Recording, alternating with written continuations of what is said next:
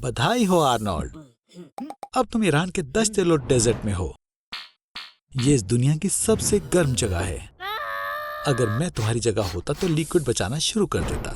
इंसान की बॉडी में 3 मिलियन स्वेट ग्लैंड्स होते हैं, तो तुम्हारी बॉडी हर घंटे 3 लीटर फ्लूइड निकालेगी। तो तुम्हारी बॉडी में जितना भी सॉल्ट है वो उन लिक्विड्स के साथ बाहर आ जाएगा, जिसकी वजह से तुम्हारे लिम्स में स्पेसम्स होने लगेंगे। आर्नोल्ड, वहां मत कूदो, वो तुम्हारा वहम है। लगता है कभी कभी तुम्हारी बेवकूफी से कुछ अच्छा हो ही जाता है। ठीक है, तो अब तुम्हें बहुत ठंड लगेगी। चलो पता लगाएं कि तुम कहाँ हो। ये तो अच्छा नहीं हुआ दोस्त, तुम ओयमेयाकन या कुत्सक में हो, जो रशिया में एक विलेज है। ये इस दुनिया की सबसे ठंडी जगह है। यहाँ पर -71.2 डिग्री सेल्सियस का टेम्परेचर रिकॉर्ड किया गया था। याइक्स, स्टैटिस्टिक्स के हिसाब से यहाँ हर साल 140 लोग हाइपोथर्मिया से मर जाते हैं। चलो जल्दी करो। इंसान की बॉडी का टेम्परेचर 36.6 डिग्री सेल्सियस होता है, पर इतनी ठंड में वो कम हो जाएगा। और कैसे? और तुम्हारी बॉडी गर्म होने की कोशिश करेगी और वो ऐसे शिवर करती है। फिर तुम्हारी याददाश्त जाने लगेगी और फिर तुम्हारा दिमाग। पर वैसे आर्नोल्ड, तुम्हारे लिए तो ये आम बात है और तुम्हें ऐसा लगेगा कि तुम्हें गर्मी लग रही है। आर्नोल्ड दोस्त, तुम्हें अपने पैर स्टैम्प करने शुरू कर देने चाहिए, वरना तुम मर जाओगे। चलो भी आर्नोल्ड, तुम कर सकते हो। बहुत बढ़िया दोस्त। वो कहाँ चला गया? तो वो यहाँ है। ठीक है, मैं तुम्हें नहीं उठाऊंगा। आज तुमने बहुत कुछ सहा है। अच्छे सपने देखो दोस्त। 10 hours later. तो तुम अभी बिजी नहीं हो। चलो फिर एक मशहूर गेम खेलें जिसे सब जानते हैं। द फ्लोर इज लावा। लेकिन यहाँ ये असली लावा है। बढ़िया है ना? तो ऐसे एक बच्चों वाली साधारण गेम आपदा ला सकती है। फ्लोर को टच मत करना आर्नी। लावा का टेम्परेचर 1200 डिग्री सेल्सियस तक जा सकता है। तुम्हें आसपास जो भी चीज दिखे उसका इस्तेमाल करके इधर उधर जा सकते हो, लेकिन याद रखना, कुर्सी सिर्फ 3 सेकंड में जल जाएगी, तुम्हारा बेड 5 सेकंड में गायब हो जाएगा और तुम्हारा टीवी सिंगल टीवी कमर्शियल से भी ज्यादा जल्दी पिघल जाएगा। चलो ऊपर छत पर। हे, गिरना मत। अगर तुम लावा में गिर गए तो तुम्हें भयंकर जलन होगी जो तुम्हारे नर्व एंडिंग को पूरी तरह बर्बाद कर देगा और तुम्हारे चमड़े को अंदर से जलाकर राख कर देगा। लेकिन दूसरी तरफ देखें, इसका मतलब ये है कि तुम्हारे पास ये महसूस करने का समय नहीं होगा कि लावा तुम्हारी हड्डी तक को कैसे जला देता है। अरे नहीं, तुम बेवकूफ हो। लोहा हमेशा ज्यादा जल्दी गर्म होता है। अरे बेवकूफ। लेकिन आराम से, भले ही तुम गिरो, तुम डूबोगे नहीं। लावा उतना लिक्विड नहीं है जितना लगता है, बल्कि इसकी डेंसिटी कंक्रीट से भी ज्यादा है। जहां तक लावा पर चलने की बात है, तो तुम्हें बस खास एस्बेस्टस जूतों की जरूरत होगी, जैसे जियोलॉजिस्ट इस्तेमाल करते हैं। वाह, ये गर्म हो रहा है। इस टेम्परेचर पर ओशंस का सारा पानी उबल जाएगा और मछली के सूप के एक बड़े पॉट में बदल जाएगा। ये दुनिया की आखिरी मछली को बचाने का समय है। लेकिन असल में सबसे बुरी चीज गर्म लावा नहीं है, बल्कि तब क्या होगा जब ये ठंडा हो जाएगा। जैसे जैसे टेम्परेचर घटता है, लावा स्टीम और गैस के एसिड क्लाउड बनाता है और उनमें छोटे छोटे कांच के टुकड़े होते हैं जो इंसानों के लिए खतरनाक होते हैं। लेकिन फिक्र मत करो, जल्दी पूरी दुनिया हवाई आइलैंड में बदल जाएगी, जो वॉल्केनिक इरप्शन के बाद बने थे। सपना सच हो गया आर्नी। अब तुम हवाई में रहते हो, लेकिन अफसोस बिना ओशन के। आर्नोल्ड, उठो, मेरे पास तुम्हारे लिए एक सरप्राइज है। जरूर तुम जानते होगे कि मैं तुम्हारे सोशल फोबिया से लड़ने में तुम्हारा साथी हूँ, तो मैंने तुम्हारी मदद के लिए तुम्हें लोगों से दूर ले जाने की सोची थी। साफ साफ बोलूं तो माउंट एवरेस्ट के ऊपर। इस पहाड़ का दूसरा नाम चोमुलुंगमा है और वो इस प्लेनेट अर्थ का सबसे ऊंचा पॉइंट है। वैसे बस बता रहा हूँ, पर तुम्हें मुझे $50,000 देने हैं। ये वहाँ तक जाने का एवरेज प्राइस है। वहाँ ऊंचाई पर गुजारा करने के लिए तुम्हें टॉप लेवल के सामान की जरूरत पड़ेगी, क्योंकि वहाँ बहुत कम ऑक्सीजन और ठंड होती है। नीचे जाओ जल्दी, कम से कम 1 किलोमीटर तो जाओ। जल्दी करो आर्नोल्ड, पर जितना धीरे हो सके उतना धीरे उतरना। वहाँ सामान्य ऑक्सीजन के सिर्फ 1/3 ऑक्सीजन होती है। अपनी ताकत बचाने की कोशिश करना। हवा की कमी की वजह से दिमाग भी समय का अंदाजा सही नहीं लगा पाता। 3 घंटे में सिर्फ 5 मीटर उतरना मुझे तो काफी धीरे लग रहा है। किस्मत से ऊपर हवा भी 200 मीटर प्रति सेकंड तक पहुंच जाती है और उससे हमें मदद मिल सकती है। तुम बस 3 मिनट में 8 किलोमीटर उड़कर चले जाओगे, पर सावधान रहना, तुम्हारे रास्ते में चट्टानें आ सकती हैं। तुम्हारी किस्मत अच्छी थी, तुम कचरे में आकर गिर गए।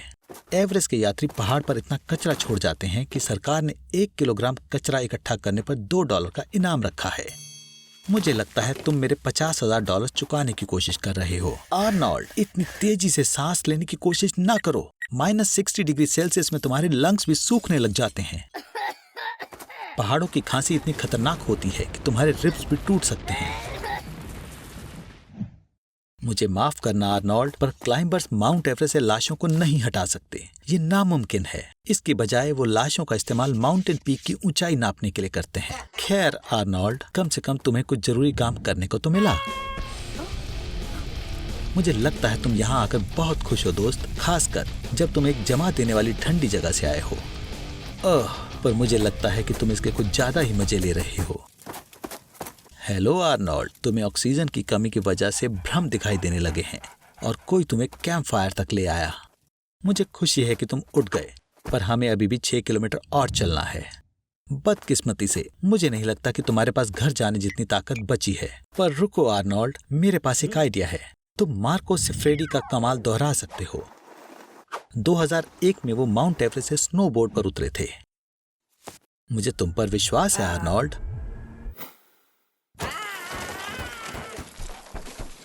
बहुत सारी टूटी हड्डियां और फ्रॉस्ट बाइट की आखिरी स्टेजेस, पर हम नीचे पहुंच गए आर्नोल्ड। मुझे यकीन नहीं हो रहा। चलो मेरे साथ चिल्लाओ, हुर्रे! आर्नोल्ड, मैं बस मजाक कर रहा था। तुम पहाड़ों पर चीख नहीं सकते, उसकी वजह से एवलांचे आ सकता है। वैसा नहीं है जैसा मैंने सोचा था। वॉल्केनिक इरप्शन के कारण आसमान घने बादलों से भरा हुआ है और इंसान अब बिना सूरज के रह रहे हैं। दिलचस्प बात यह है कि आप कब तक ऐसे जी सकते हैं। 1 बिलियन लोग विटामिन डी की कमी से जूझ रहे हैं। अगर सूरज गायब हो जाता है तो 7 दिनों के बाद आधी आबादी को अक्यूट डिप्रेशन से जूझना पड़ेगा और 75% कैंसर होने के चांस बढ़ जाएंगे। स्ट्रोक के 32% मामले बढ़ जाएंगे और किसी को भी आसानी से डायबिटीज हो जाएगी। इसीलिए कैन फूड के बजाय हेल्दी खाना खाना ही बेहतर होगा। सूरज के बिना धरती पर रहने का कोई फायदा नहीं है, इसीलिए हर कोई अंडरग्राउंड हो जाता है और इस नई दुनिया को अपनाता है। न्यूट्रिशन, साइंस और टेक्नोलॉजी के हाथों में है। साइंटिस्ट जो अलग अलग तरह से प्रोडक्ट उगाने में माहिर हैं, वो मशरूम और हाइड्रोफोनिक के फॉर्म्स बनाते हैं और एक 3D प्रिंटर के साथ आप अपने पसंदीदा डिशेस को तुरंत प्रिंट आउट कर सकते हैं। सूरज की रोशनी के बिना ह्यूमन ब्रेन दिन और रात के बीच अंतर नहीं कर पाता। आपके हार्मोन्स खराब हो जाते हैं और मोटापा जल्दी से आने लगता है। जब भूख के लिए जिम्मेदार हार्मोन्स लेप्टिन 80% तक कम हो जाता है, तो खाने का डेली पोर्शन लगभग आधा यानी 44% तक बढ़ जाएगा और इसी कारण वजन बढ़ जाएगा। हे, क्या तुम्हें यकीन है तुम वहां जा सकते हो? सब कुछ सुपर हीरो मूवीज की तरह लग रहा है। एक लंबा कॉरिडोर और एक सीक्रेट लेबोरेटरी और ये रहा सॉल्यूशन। पता चला कि ये एक ग्लोबल एक्सपेरिमेंट है। इस सब के पीछे कौन है? चलो भी, आर्नोल्ड, इस अजीब विलन को हराकर तुम प्लेनेट को बचा सकते हो। विटामिन डी हेल्दी हड्डियों के लिए जरूरी कैल्शियम को पूरा करने में मदद करता है। इसकी कमी होने पर आपकी हड्डियां कमजोर और नाजुक हो जाती हैं। इसीलिए जब आप चल रहे होते हैं तो आपके पैर रबर जैसे महसूस होते हैं और साथ ही आपकी किस्मत अगर आपका साथ ना दे तो खतरनाक फ्रैक्चर होने के चांसेस भी बढ़ जाते हैं। आर्नोल्ड, तुम एक असली हीरो हो। तुमने इंसानों को उनकी नॉर्मल लाइफ लौटा दी। अगर अर्थ एक जगह पर रुक जाए तो बिल्कुल रुक जाए। इनर्शिया की वजह से 1500 किलोमीटर पर आवर से ज्यादा की स्पीड पर पहुंचकर सभी ऑब्जेक्ट्स ईस्ट की ओर उड़ेंगे। साथ ही एटमॉस्फेरिक डिस्टर्बेंस की वजह से तेज हवाएं भी चलने लगेंगी। लेकिन उसी वक्त ये मत भूलिए कि अर्थ की ग्रेविटी वैसी ही रहेगी। समुद्र का मोमेंटम बड़ी सुनामी की लहरें पैदा करेगा, जो कि 1 मिनट में 27 किलोमीटर की जगह को घेर सकती हैं। अब अर्थ पर दिन 1 साल के बराबर होगा और ये 29.78 किलोमीटर पर सेकंड की स्पीड से सूरज का एक चक्कर लगाएगी। दिन के समय में सूरज उगने से छिपने तक 6 महीने लगेंगे। जिससे तेज गर्मी होगी, और बाकी के 6 महीने रात होगी जिसमें बहुत ठंड होगी और तापमान -55 डिग्री तक रहेगा। अर्थ के रुक जाने से उसकी सेंट्रीफ्यूगल फोर्स इक्वेटर पर हाई हील्स बनाएगी जो कि बाद में गायब हो जाएंगी, जिससे कि इक्वेटर पर एक सॉलिड रिंग रह जाएगा जो कि 2 बड़े बड़े ओशंस को अलग कर देगा। अफसोस की बात है कि यह सब अर्थ के घूमने से रुक जाने की वजह से होगा। आखिरकार अर्थ की मैग्नेटिक फील्ड बड़े से मॉल्टेन मेटल स्फीयर और रोटेट होने के साथ बनती है। मैग्नेटिक फील्ड प्लेनेट को रेडिएशन से बचाती है, तो अब ये सरफेस पर होना बहुत खतरनाक है। आर्नोल्ड, सच में जिस तरह से तुम खतरों में सरवाइव करते हो, तुम बिल्कुल मोस पिगलेट की तरह हो। तुम्हें रहने के लिए जगह ढूंढनी होगी। मैं तो कहता हूँ कि तुम इक्वेटर पर चले जाओ जहाँ सब सेफ है। जल्दी आर्नोल्ड, तुम कैटाकॉम्स की आखिरी बस पकड़ सकते हो। अब सभी अर्थ के सरफेस के नीचे आ चुके हैं। चिंता मत करो, ये सब सिक्योरिटी वाली असली सिटीज हैं। आप यहाँ खाना भी उगा सकते हैं। क्या एडवेंचर है आर्नोल्ड। अगर आप जानना चाहते हो कि आर्नोल्ड अंडरग्राउंड कैसे रहने वाला है, तो लाइक का बटन दबाएं और चैनल को सब्सक्राइब करें। आर्नी, जाग जाओ। एक बहुत बड़ा टॉर्नेडो तुम्हारे घर की ओर तेजी से आ रहा है। जल्दी से सड़क की तरफ भागो। तुम्हें बाहर खुली जगह पर जाना होगा। बहुत बढ़िया। हाँ बिल्कुल, अपने आप को बचाने के लिए तुम्हारा घर की बेसमेंट में छुपना बढ़िया होगा। पर हाँ बिल्कुल, मेरे और हमारे दर्शकों के लिए देखना ज्यादा मजेदार होगा कि टॉर्नेडो के अंदर तुम्हारे साथ क्या होगा। तैयार हो? और चलो, अंदर क्या है आर्नी? बड़े टॉर्नेडोज के फनल की चौड़ाई 1500 मीटर तक पहुंच सकती है। जैसे ही ये घूमता है तुम वहां पर होगे। यूनाइटेड स्टेट्स में हर साल लगभग 1000 टॉर्नेडोज बनते हैं और उनमें से कुछ ही सच में बहुत बड़े होते हैं। तुम फिर से लकी हो आर्नी, तुम उनमें से एक में हो। मुझे लगता है लो प्रेशर और ऑक्सीजन डिस्चार्ज के बारे में डिस्कस करने का ये बढ़िया समय है। टॉर्नेडो के अंदर का एटमॉस्फेरिक प्रेशर इतना कम है कि तुम्हारे लंग्स हवा से ज्यादा ऑक्सीजन नहीं ले सकते और कुछ ही मिनटों के बाद तुम बेहोश हो जाओगे और तुम्हारा दम घुटने लगेगा। वो आखिरकार मैं तुम्हारी चीखों से पक गया था। ऐसी दुर्लभ हवा माउंट एवरेस्ट पर बिना ऑक्सीजन टैंक के चढ़ने के बराबर है।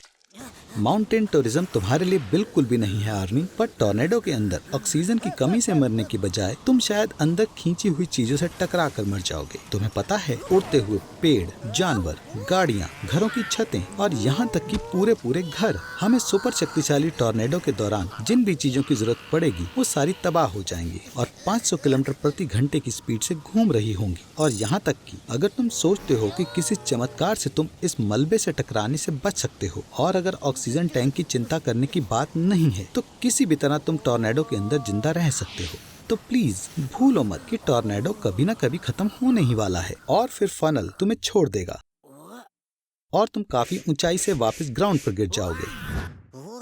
शांत हो जाओ, तुम ओशन के बीच में हो जहाँ कोई तुम्हें परेशान नहीं करेगा। यहाँ सैकड़ों किलोमीटर के दायरे में एक भी आदमी नहीं है। रो मत, मैं जीवित रहने में तुम्हारी मदद करूंगा। बेवकूफ, बस ध्यान से सुनो और मैं जो भी तुम्हें बता रहा हूँ उसे याद रखना। सबसे पहले पीने के साफ पानी को ढूंढने की जरूरत है। सबसे आसान तरीका है राफ्ट पर इकट्ठा हुई ओस की बूंदों को चाटना। यह नहीं आर्नी, ये बर्ड शिट है। वैसे लंबे समय तक जीने के लिए ऐसी ओस की बूंदें बहुत कम हैं। बारिश के पानी को इकट्ठा करने के लिए किसी तरह का टैंक ढूंढना काफी ज्यादा मुश्किल तरीका है, पर बारिश होने से पहले तुम मर सकते हो। तो चलो तीसरे मेथड पर चलते हैं और सबसे मुश्किल वाला। आर्नोल्ड इस काम को पूरा करने के लिए काफी बेवकूफ है, पर आप प्यारी ऑडियंस सुनो। 2 कंटेनर, एक बैग और एक वेट के साथ आप एक वाटर डिस्टिलर बना सकते हैं। नमकीन समुद्र के पानी को बड़े कंटेनर में डालें और यह भाप बनकर उड़ जाएगा। ये बैग के सेंटर में इकट्ठा होगा और छोटे कंटेनर में टपकेगा और वॉयला, तुम्हारा ताजा डिस्टिल्ड पीने का पानी तैयार है। आर्नी, ये फिशिंग करने का समय है। जो भी पकड़े वो सब कुछ खाएं जो तुम्हें जहरीला नहीं लगता। आप एल्गी, प्लैंकटन, जेलीफिश और छोटी मछलियों को सिर्फ एक साधारण टी शर्ट से भी पकड़ सकते हैं। हाँ, इसका स्वाद शिट की तरह है। आर्नी, पर तुम ये शिकायत करने वाले कौन होते हो? मैं तुम्हें इतने लंबे समय तक समुद्र देखने की सलाह नहीं देता। सूरज की किरणें इसकी सरफेस से रिफ्लेक्ट होकर तुम्हारी आंखों को जला देंगी। तुम और ज्यादा दुनिया को नहीं देख पाओगे, पर दुनिया फिर भी तुम्हें देखेगी। शायद दूसरी स्थिति बेहतर होगी।